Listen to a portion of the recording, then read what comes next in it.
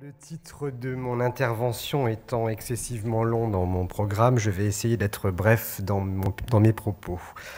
Mais avant, je souhaitais féliciter le professeur Emmanuel Hirsch et toute son équipe pour avoir su renouveler ce pari audacieux d'une université d'été Alzheimer dont l'ambition est d'être toujours ouverte sur la cité. Je suis ravi d'introduire cette table ronde, je crois que ce n'était pas la chronologie prévue dans le programme, et ce pour trois raisons. Le plaisir de retrouver des intervenants que j'ai souvent croisés et dont les initiatives, vous le verrez, témoignent d'un engagement de tous les instants pour que les droits des personnes atteintes de maladie d'Alzheimer soient une réalité du quotidien. Le plaisir également de constater que les questions juridiques continuent et doivent continuer à avoir une place de choix dans cette nécessaire réflexion éthique et sociétale qui nous est proposée. Le plaisir, enfin, et peut-être pour la première fois, d'avoir la possibilité d'aborder, de discuter ces questions juridiques non seulement d'un point de vue théorique, d'un point de vue technique, mais à l'aune, et je suis volontairement provocateur, de la vraie vie. Cela fait presque 10 ans maintenant que je réfléchis à la question des droits des personnes atteintes de maladie d'Alzheimer, tant dans le contexte français qu'en regardant ce qui se fait à l'étranger. Et il me semble que depuis 10 ans, incontestablement, notre législation a su évoluer vers une meilleure reconnaissance des droits et libertés des personnes malades. Je vous invite à relire en ce sens les lois de 2002, de 2005 et de 2007. Incontestablement, il me semble que notre droit a su faire preuve d'inventivité. Et Valérie nous en reparlera très certainement tout à l'heure, en créant des dispositifs juridiques permettant enfin à toute personne encore capable de le faire d'anticiper sa vulnérabilité. Je pense bien évidemment à la personne de confiance, aux directives anticipées et aux mandats de protection futurs. J'espère que nous y reviendrons.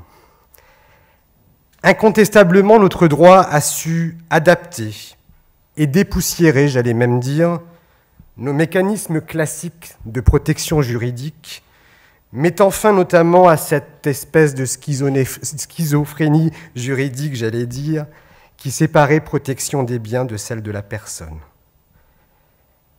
Incontestablement, enfin, nous, acteurs concernés, avons, dans nos champs d'expertise respectifs, réussi à nous mobiliser pour faire en sorte que le respect des droits des personnes malades soit, comme le disait Michel Frémontier hier, une condition non négociable dans l'accompagnement et la prise en charge de ces personnes. Parallèlement, depuis 10 ans, combien de déclarations de grands principes nécessaires et indispensables ont été rédigées, diffusées, relayées. Mais combien sont effectivement affichés sur les murs, notamment de nos EHPAD, bien plus souvent d'ailleurs à côté du panneau d'animation, du panneau où on affiche les horaires d'animation, qu'au-dessus des lits de nos patients, comme l'évoquait hier Eric Fiat.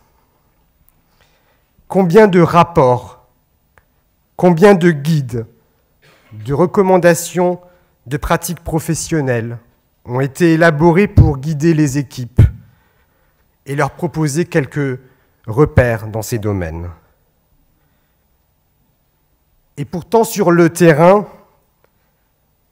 toujours des tensions, toujours ces dilemmes, toujours ces questions qui se posent lorsqu'il s'agit de mettre en œuvre très concrètement ces grands principes que nous avons mis tant de temps à faire graver dans le marbre.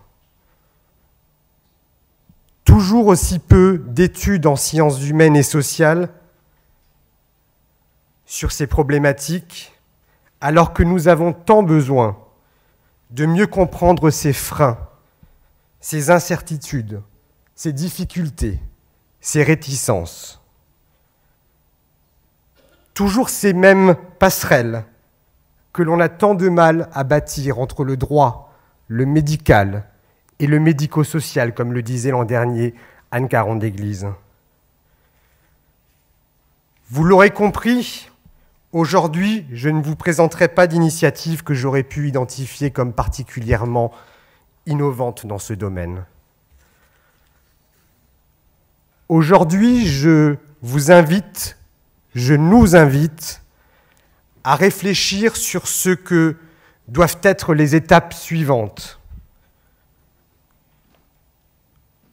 Aujourd'hui, réfléchissons ensemble à ce maillon de la chaîne qu'il me semble parfois manquer pour que ces grands principes s'enracinent dans le quotidien des personnes atteintes de maladie d'Alzheimer.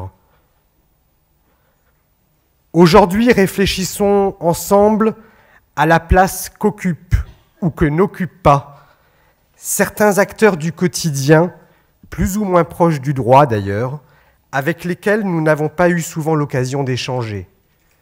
Je pense ici par exemple aux notaires, aux banquiers, mais peut-être aussi à cette assistante sociale qui, par son expertise, est aussi en mesure d'identifier ses vrais besoins du quotidien.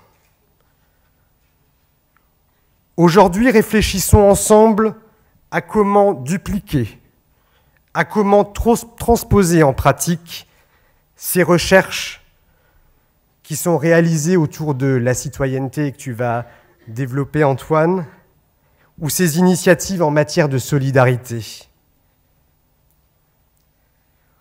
Aujourd'hui, et parce que parler de droits individuels, c'est aussi parler de responsabilité collective, réfléchissons ensemble au contour de ce que pourrait être une conception plus ambitieuse, plus audacieuse de l'autonomie des personnes vulnérables, et ce avant que celle-ci ne nous soit imposée.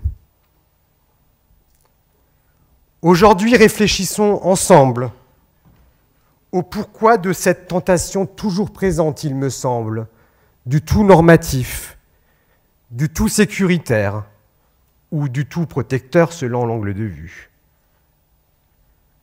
Aujourd'hui, réfléchissons ensemble, enfin, à ces nouvelles métaphores, à ces nouvelles images à inventer, comme nous l'a suggéré Fabrice Gzil ce matin, qui seront enfin capables de changer le regard porté par le grand public sur les capacités décisionnelles des personnes atteintes de maladie d'Alzheimer. Il me semble que le prix éthique et société de la Fondation Médéric Alzheimer et de l'EREMA, attribué hier, nous a ouvert un espace des possibles. Comme le faisait remarquer un aidant dans le film d'ouverture de Patrice, je la cite, « Il y a des portes qui se ferment avec la maladie, mais il y a aussi des fenêtres qui s'ouvrent. » Cette réflexion me semble également concerner les questions juridiques. Je vous remercie de votre attention.